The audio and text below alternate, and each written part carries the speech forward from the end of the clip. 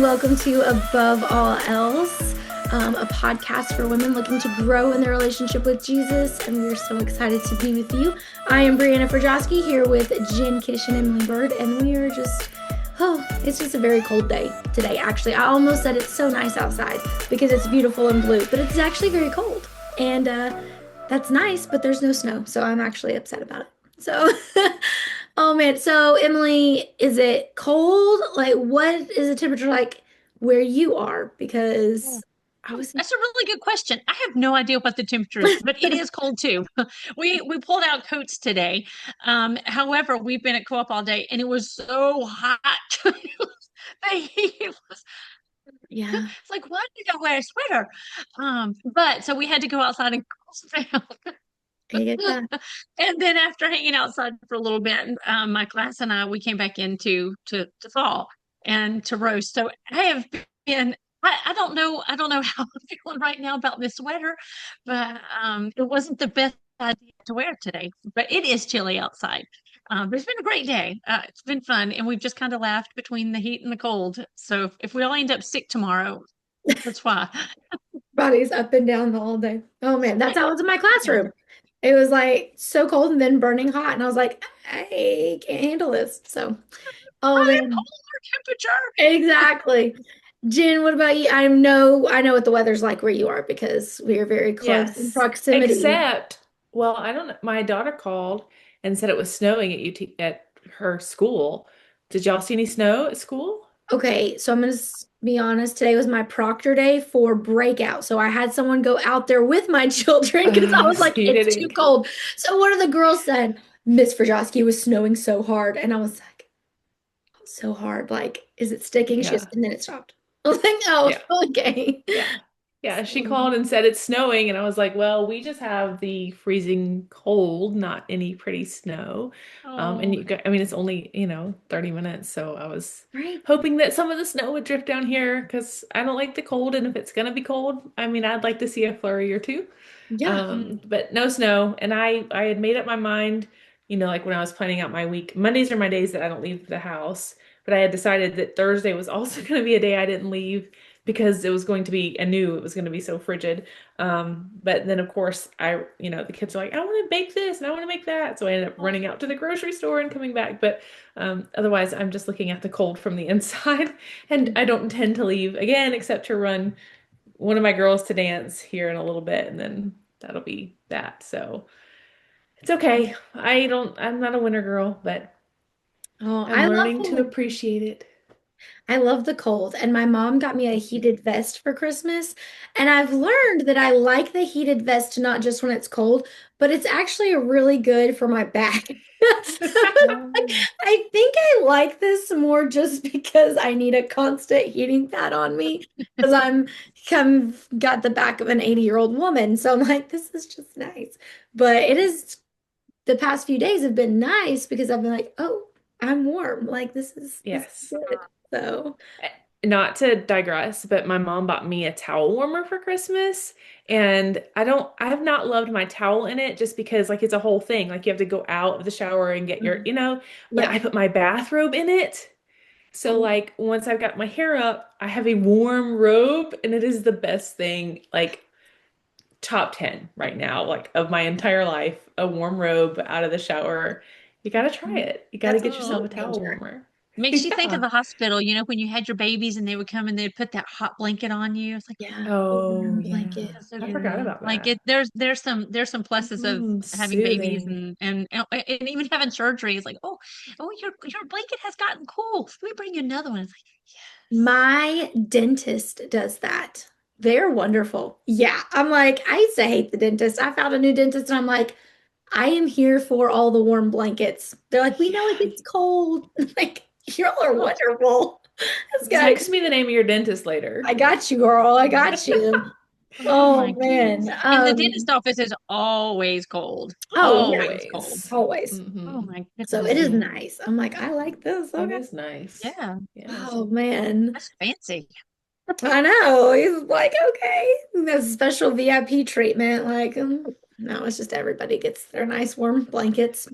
Um, well, okay, so we We're kind of talking earlier this week, and I keep forgetting what week it is and honestly what day it is. So if I misspeak, y'all feel free to correct me because I have thought it was Tuesday multiple times today.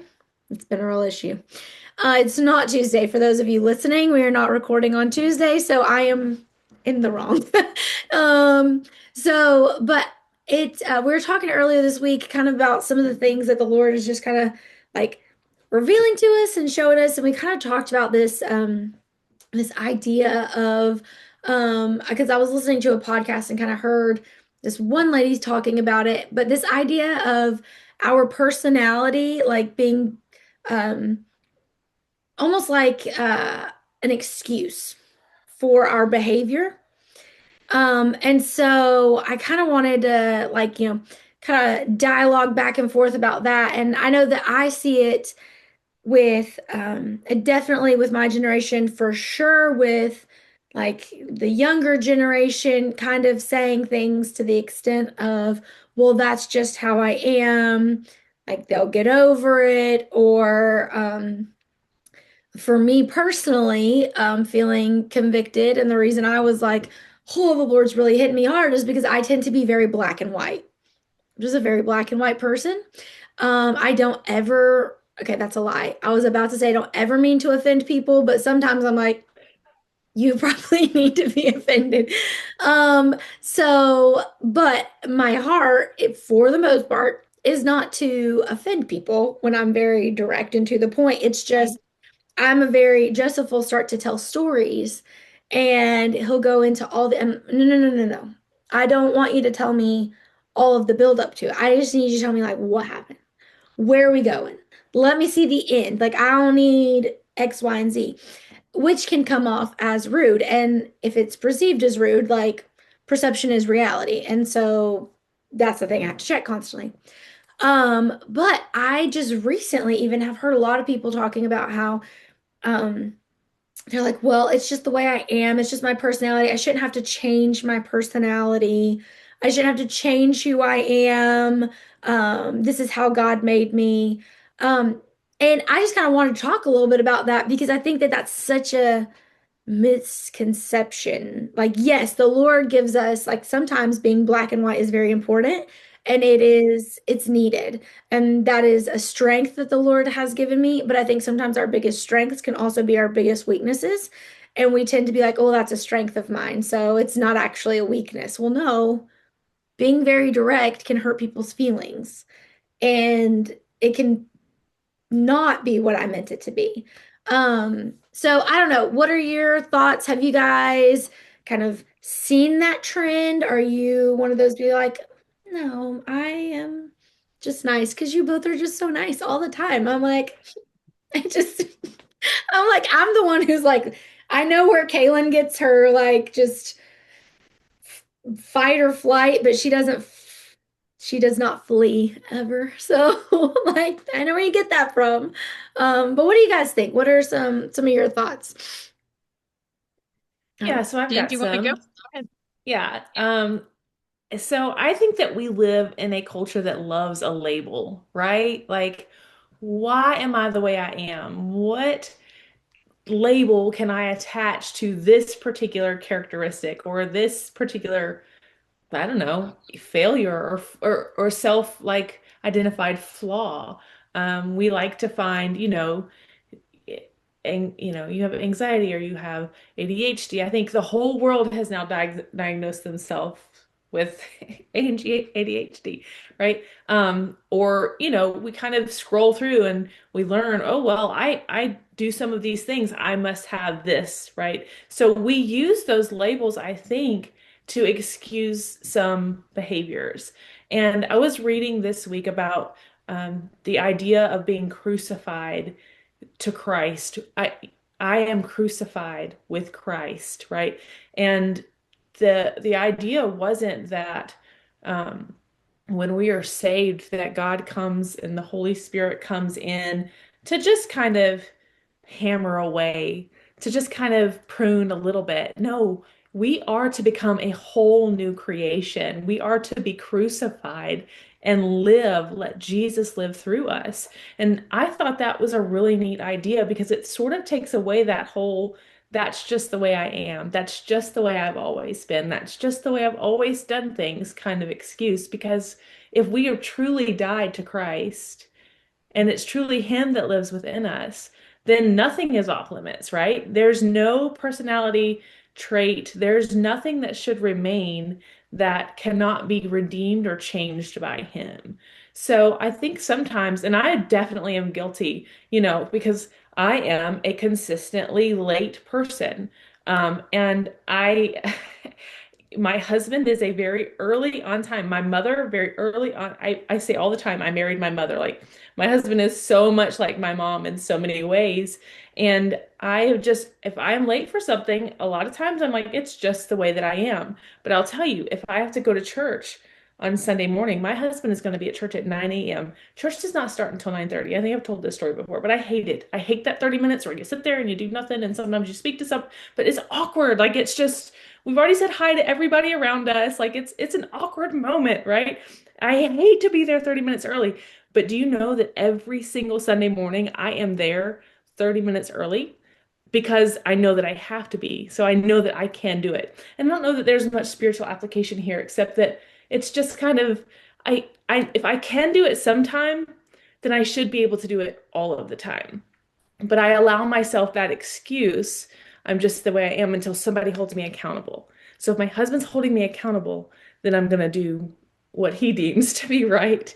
So the same thing I think comes into play with Christ. If we are allowing ourselves to be held accountable to the Word of God, right, to our friends and people who we know that can call us out on things that we're doing.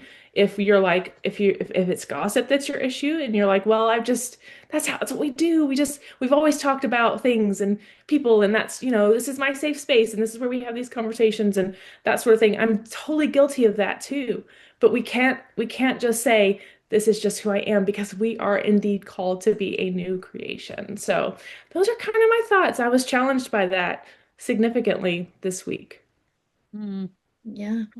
I think, we're told to deny ourselves, take up our cross, and follow Him, right? And that cross sometimes is that personality trait that you hold so tightly to, where you're like, the Lord's like, that's not who I'm calling you to be. I'm calling you to die to that thing.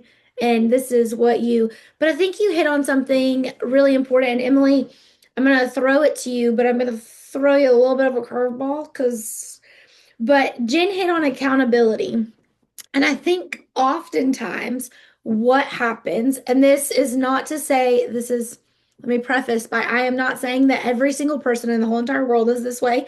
I think sometimes accountability, for every person, accountability can be like, ooh, but those who truly are seeking accountability will lean into that and learn and grow, right? But accountability is sometimes we use these excuses, oh, this is just how I am, that kind of thing. So when people hold us to that or to who we're supposed to be or holding us accountable, it's, well, you can't judge me. Like you've got your own stuff. You can't judge me. And what would you say, Emily, to someone who is really in this? And I've been there before too, so I'm not saying like you're probably gonna be talking to me, like let's just be honest. But just to those people who, when those things come up and people, true God following people, like following Jesus, saying, hey, listen, I'm coming in love. We have this rapport, this relationship built where we have the ability to speak into one another. And they come and they say, hey, listen, I really see this in your life. And then the response back is, well, that's just how I am. How have you ever, and I'm not saying you have to say names, but have you ever experienced anything like that? What would you say to somebody who is kind of in that place where they're like, I don't need accountability because nobody has it together, right? Like Brianna is sometimes black and white, Jen sometimes is late, Emily, you can tell us your thing so we can add it to the list. But like, what would you say to the person that's like, well, all these people have these things and I'm okay because this is who I am? I had this conversation actually over the holidays. And the response was, that's just my makeup. It's it's genetic. No, our tempers are not genetic. It's not. So it's like, but so my response was, well, I really do think the Lord wants more for you because this is stealing your joy. I don't know how that went over. The conversation ended up going like, and it detoured to something else. But so would I say that to everybody? I don't know. Um, I will say I am a firm believer in accountability.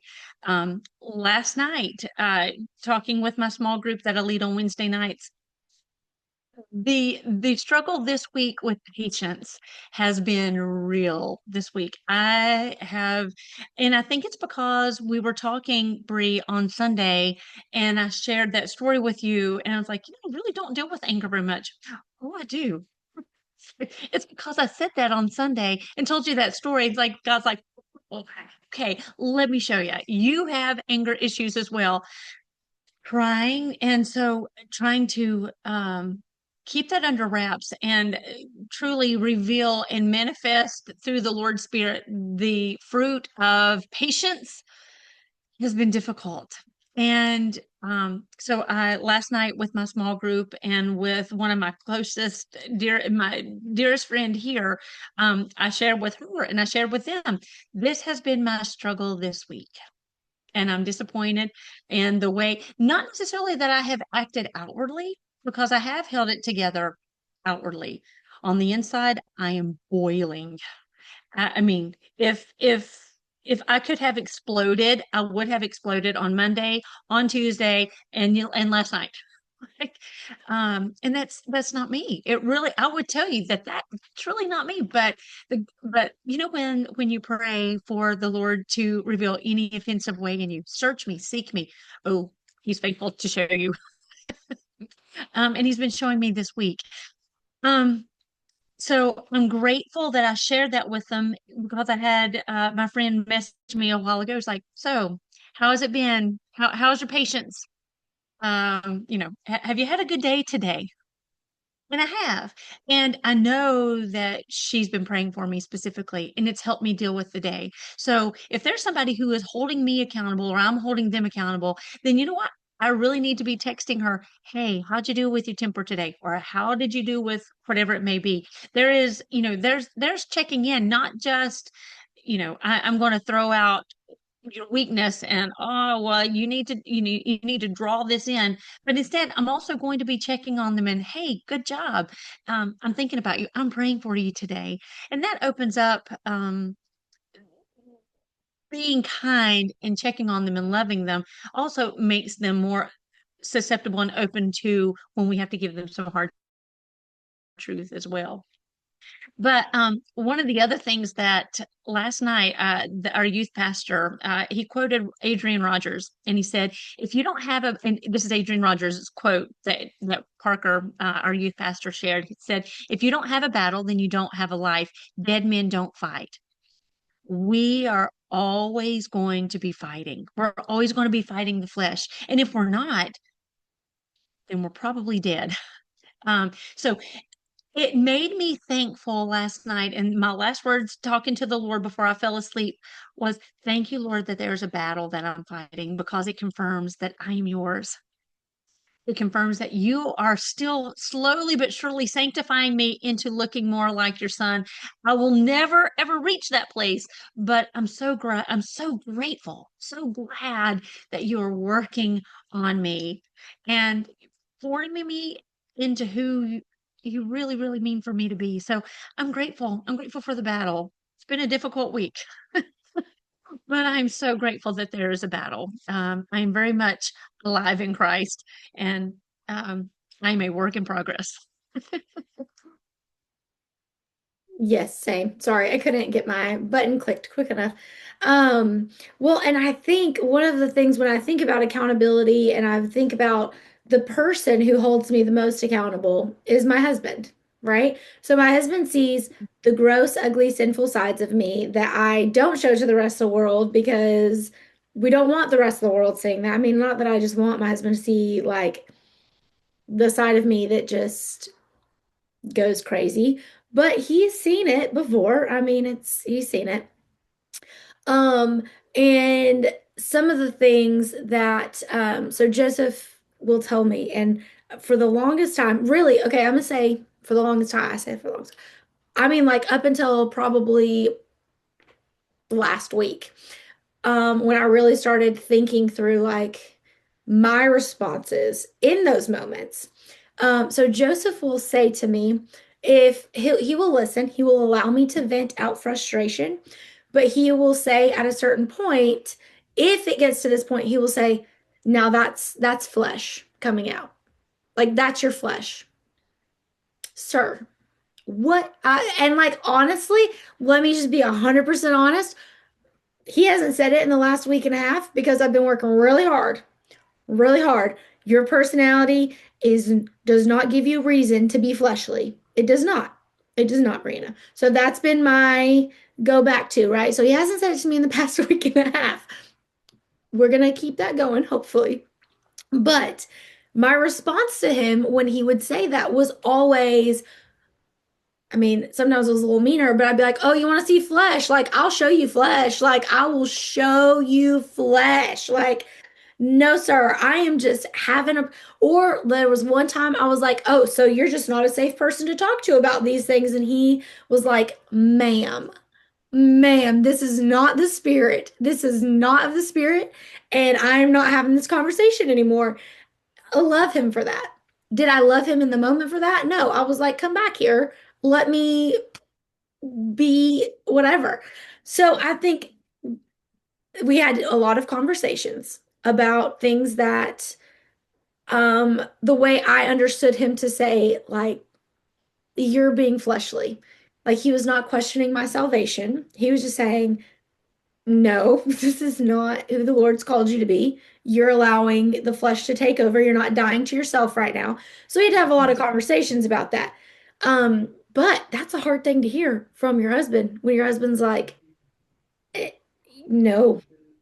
It is, but I think it's so important, Brianna, that you bring this up because I think we should never get to a place where our spouses can't correct us. 1,000. I love and I'm sure that there I'm sure I've done this wrong in the past, and I'm sure Jared's done it wrong in the past, but we strive to be very, very receptive to one another. Now, in our early years, it's like you want to throw hands, like we'll throw hands. Like, like you say something, a little bit offensive or truthful that I took offense to, and vice versa. But we've learned over the years, like if he comes to me to tell me I'm messing up, or this happened over our Thanksgiving vacation. I responded to one of my kids a little bit. I overreacted a little bit. Something was said, something wasn't going to go the way that I had predetermined it should go in my,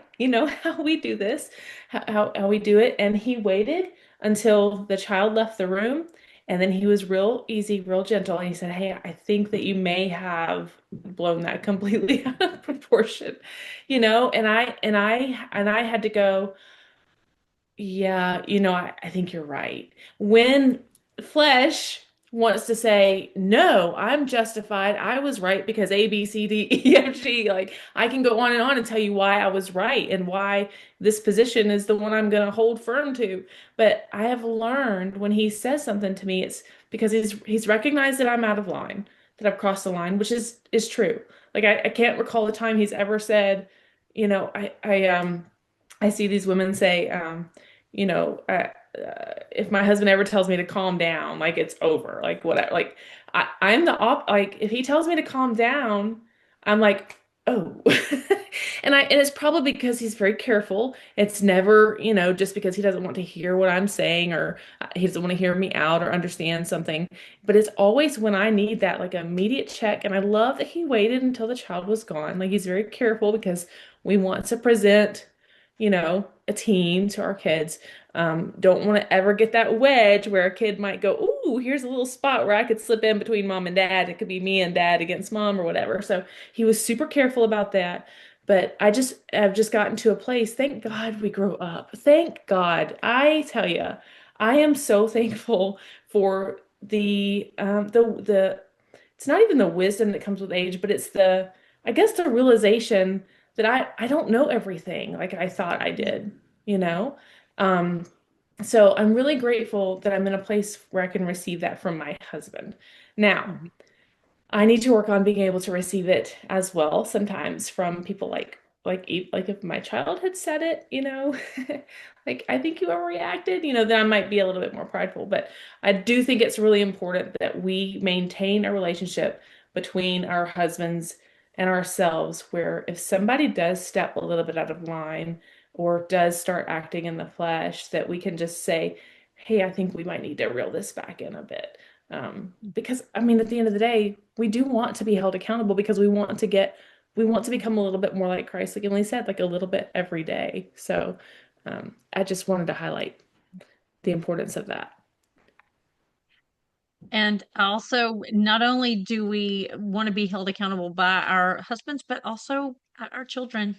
Um, it really does. It hits differently when you're like, okay, mama, Mhm. you know.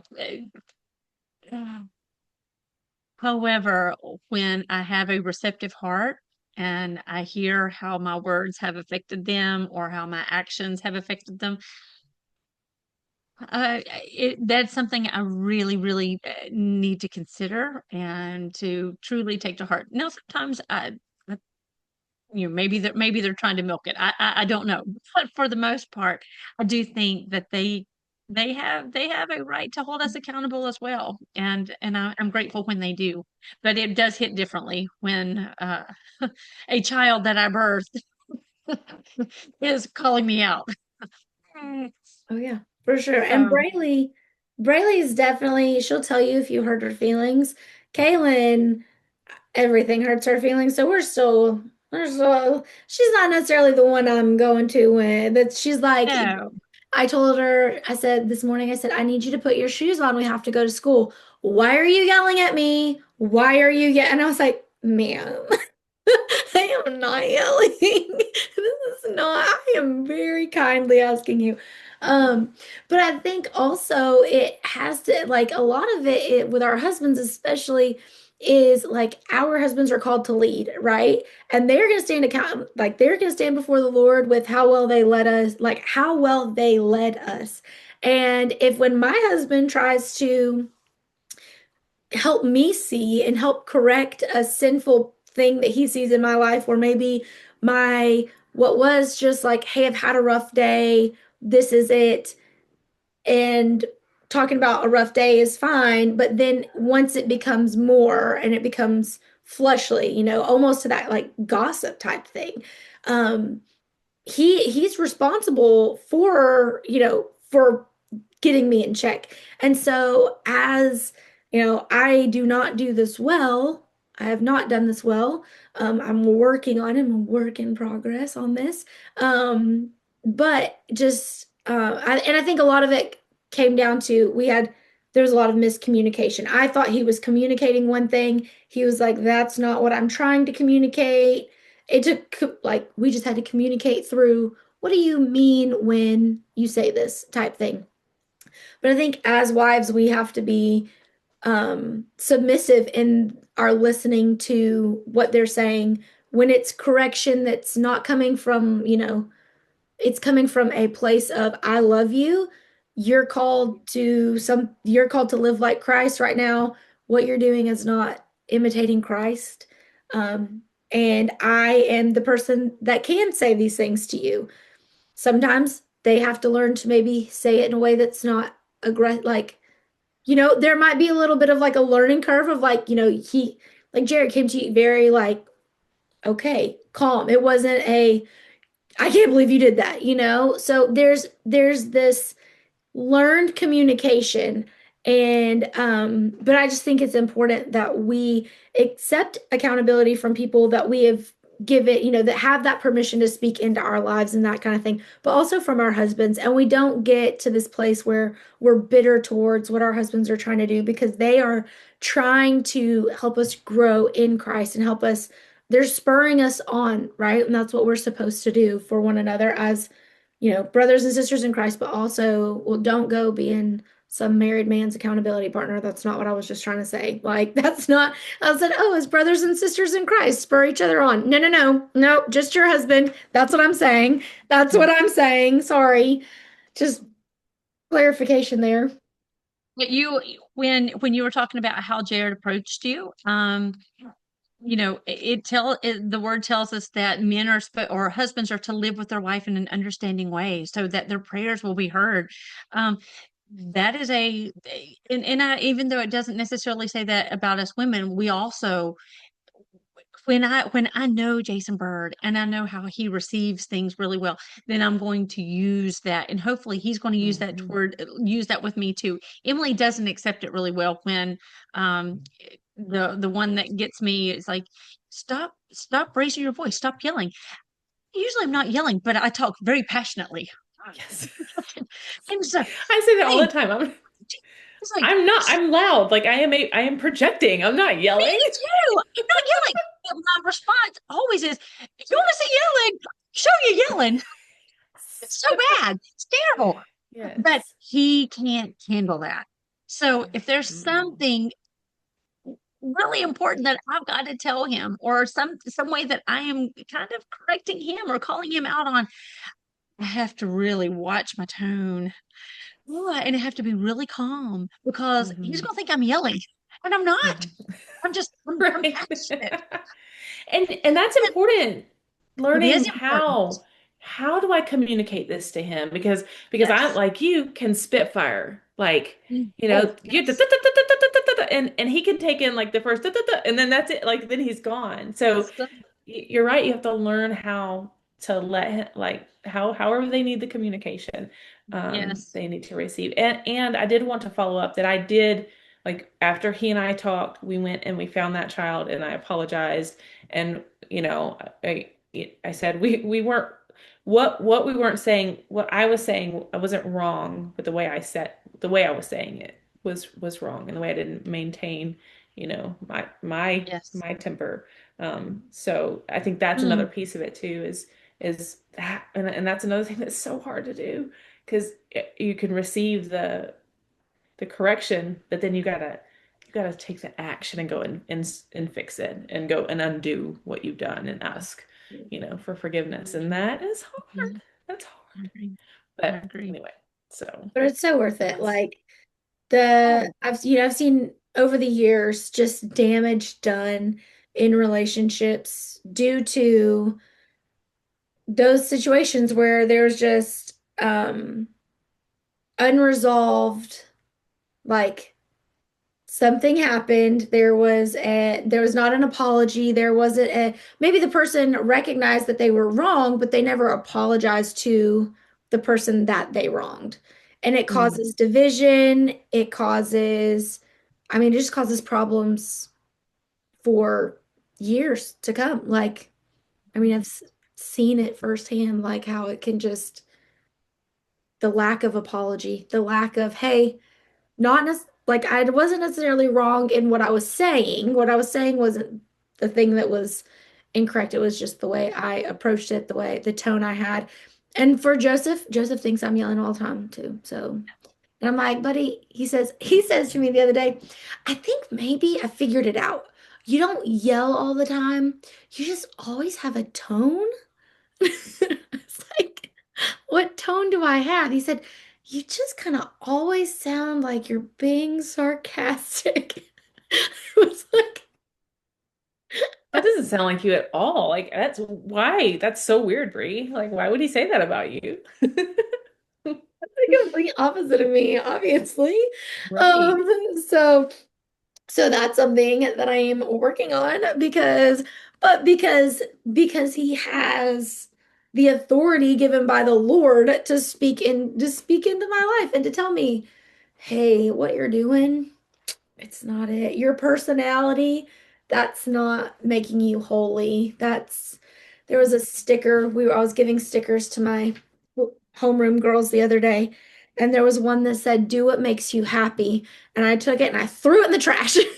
And one of my girls said, why did you throw that in the trash? I said, it said to do what makes you happy. And she said, well, why can't we do that? I said, no, ma'am, you do what makes you holy. You don't do what That's makes you right. happy. I said, because what makes you happy is not ever going to be. I said, you don't listen to your heart. I was just like, because these poor little girls had been without me for 2 weeks. So I had to just let them know, no, ma'am, we are not going to be crazy. We are doing what Good. pushes us towards Jesus. So when my husband says, is that making you holy? Is that pushing you towards Jesus? Is that response how Jesus would have responded? I mean, the answer is usually no. If he's asking the question, the answer is automatically no. But it just, I don't know. Just thinking through this over the past like week and a half and just how the Lord has kind of been showing different aspects of it throughout the week, like with accountability and then accountability. Joseph and I have just had this ongoing conversation about, well, really about my tone. Uh, just how I'm trying to learn. Just Oh, relearning. Jason Bird and I have been married 26 years, together almost 33, and I don't recognize the tone. I don't even realize I'm doing it. So here I am making an excuse for myself, um, but I really don't hear it, and which is awful. And you're kind of stepping on my toes right now. Like, okay, Lord, I guess I need to be praying over. Lord, help me to know my tone. But I've told him, I was like, tone, don't have a tone. You can hear my tone right now. So when I listen back to this, whenever it's aired, I'm like, oh, she really does have a tone. That's the tone. The tone. That's the tone. I don't Yeah. recognize it in the moment. I just don't. I have a tone Plus, about certain topics. Like Jared will sometimes say, okay, let me say the whole thing. Like before you speak, let me say the whole thing. Because he'll start on a certain topic. And I'm like, nope, nope, nope, nope, that's dumb. Nope. And Like, Joseph does the I same thing. He'll say, he's let me finish before you say anything. Let me yes. finish. And he started, I don't know, it was a couple weeks ago. He started a conversation like that. And he was like, I don't know, maybe 4 words. And I was like, absolutely not. And he was like, no, no, the whole thing. And I was like, well, I already think it's dumb. So it's going to get really good. So I am yeah, so guilty. I am so guilty. And it's not a lot of things. It's just like it's like three topics, that I'm just like not like my mind like and Jared told me when in the same conversation he's like you're kind of opinionated and I was like it's the understatement of the year. Like I'm kind of an opinionated person. I'm an extremely opinionated person. But right. and even that, like you've got to surrender it, right? Because yeah, I cannot, and I'm really better at it outside of the house than I am because Right. I've learned because nobody likes it. Nobody likes to be an opinionated person. Like, have you ever met an opinionated person that you like? But I the things that I believe and the things that I think I hold tightly and I feel strongly about them. And that just kind of explodes sometimes. But yeah. yeah, I gotta learn to not always, my way is not always right. I know that's shocking. But I really do. I'm kind of playing devil's advocate, but I love passionate people. I do. Yes, They inspire yes, me. They yes, really do inspire me. yes, So I so agree. how can Definitely we passionate. how can we be those people and yet not sin? Not so Right, passionate, but not a I know, pin, like, Yeah. yeah, passionate, but Where does that lie? And I understanding. think I I don't think know. here is so Joseph tells me all the time, Brianna, because he wouldn't say opinionated because he knows then the flesh would come out. Like then he would see flesh when he's like, "Well, you're opinionated." I'd be like, you don't have enough opinions. Um, but he says all the yes, time, he's like, he'll say, "You're very passionate just about a lot of things." And the things that you're the most passionate about, other people are not. And Mhm. so sometimes you're very passionate and other people just they didn't think through like you did. And so it's really not It's that big of a deal. I'm like, but this is a huge deal. This is massive. And he's like, This is massive. Is it? Is it though? Is it massive? And I'm like, oh, this is a big deal. This is a big deal. And he's like, okay, all right. But that's when he'll be like, okay, well, I need you to think about it and how Jesus would view this. And that's usually when I dig in and I'm like, Jesus would say, and he's like, and there's the flesh. And there it comes. And we're using Jesus to defend it. Okay, there we go. There you go. Oh man. But yeah, I think there's a line between being passionate, and I think when our passion or our opinions, because I tend to be the same way, Jen, like very like in the house, I'm more like will express my passionate opinions more often. Just because I don't like, I know people don't think like me. And I know Joseph doesn't even think like me, but he's stuck with me, so he has to listen to my very passionate opinions. But I think when that passionate opinion or that starts to become where I am, where then this is just for me, but where my opinion of someone is changing and I'm going to treat them or think of them in a negative way, for me, that's the line. This is no, Brianna, they're an image bearer of Jesus Christ.